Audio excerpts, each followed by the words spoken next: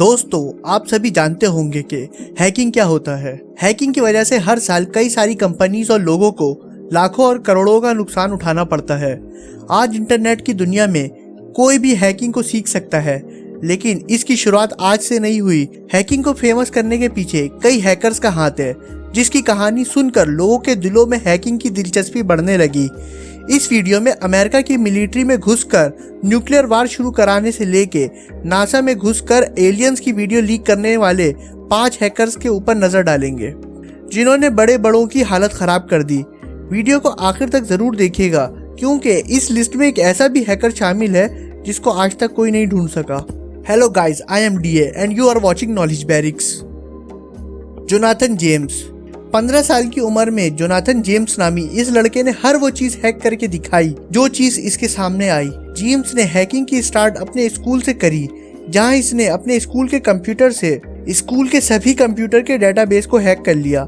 James ने America की defence threat reduction agency को भी हैक कर लिया था, जिसका काम अमेरिका को न्यूक्लियर वार से बचाना होता है। और ये यहाँ तक नहीं रुका, बल्कि हैकिंग के जादू के जरिए नासा के कंप्यूटर सिस्टम में भी घुसने में कामयाब हो गया। जेम्स ने नासा के तकरीबन 12 करोड़ रुपए वाले सॉफ्टवेयर को भी हैक कर लिया, जो इंटरनेशनल स्पेस स्टेशन के फिजिकल एनवायरनमेंट को कंट्रोल करता है। जेम्स ने नासा के इतने कीमती सॉफ्टवेयर पर हाथ मारा था कि नासा ने डर कर अपने कंप्यूटर को 3 हफ्ते के लिए बंद कर दिया, जिसकी वजह से तकरीबन नासा को 3 करोड़ का नुकसान उठाना पड़ा।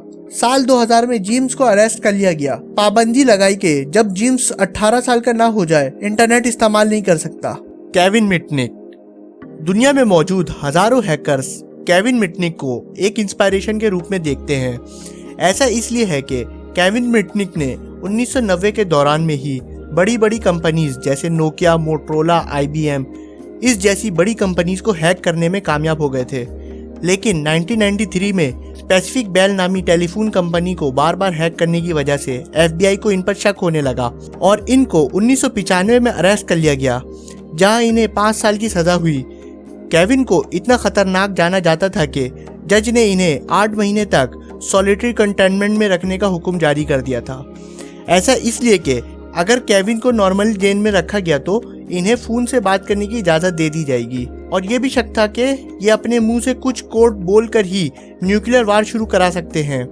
लेकिन आज की तारीख में केविन मिटनिक पूरी दुनिया में बदल चुके हैं और आज ये बड़ी बड़ी कंपनीज में साइबर सिक्योरिटी एडवाइजर के रूप में काम कर रहे हैं। जिन्होंने एक वक्त में इन्हें अपना शिकार बनाया, आज उन्हीं कंपनीज में ये ड्यूटी करते हैं। आप सभी ये बात मानेंगे कि पासवर्ड से ज़्यादा सेफ फिंगरप्रिंट की टेक्नोलॉजी है, लेकिन आप यान क्रिस्लर जैसे हैकर के बारे में सुनेंगे तो आप सबकी सोच बदल जाएगी, क्योंकि इसने सबको हैरान कर दिया जब इसने फिंगरप्रिंट को हैक करके दिखाया। यान क्रिस्लर ने सीधा जर्मन के डिफेंस मिनिस्टर के फिंगरप्रिंट को हैक करके दिखाया। उन्होंने ये बताया कि इन्हें जर्मन डिफेंस मिनिस्टर की इंटरनेट पर कुछ हाई रेजोल्यूशन तस्वीरें मिली, जिसकी मदद से इनकी फिंगरप्रिंट की एग्जैक्ट कॉपी बनाने में वो कामयाब हो गए। अब आप सोच ही सकते हैं कि किसी मुल्क के डिफेंस मिनिस्टर की फिंगरप्रिंट की कॉपी मिल जाए तो किसी भी जंग को शुरू कराया जा सकता है। सिर्फ यही नहीं, साल 2013 में जब एप्पल कंपनी का 5S लॉन्च हुआ तो 24 घंटे के अंदर ही iPhone 5S के फिंगरप्रिंट को हैक करके ये बताया कि फिंगरप्रिंट की टेक्नोलॉजी इतनी खास नहीं जितना कि आप लोग समझते हैं। गैरी मिकैनन। ब्रिटेन के रहने वाले गैरी मिकैनन को दुनिया का सबसे बड़ा हैकर तस्लीम किया जाता है। साल 2002 के स्टार्ट में ही उन्होंने 97 अमेरिका के मिलिट्री और इंटेलिजेंस सिस्टम को हैक कर लिया, और वो 13 महीने तक अमेरिका के मिलिट्री को हैक करते रहे और इन्हें पकड़ना नामुमकिन सा लग रहा था। एक बार एक साथ उन्होंने 2000 कंप्यूटर को बंद कर दिया और कई सारे वेपन्स की फाइल को डिलीट भी कर दिया।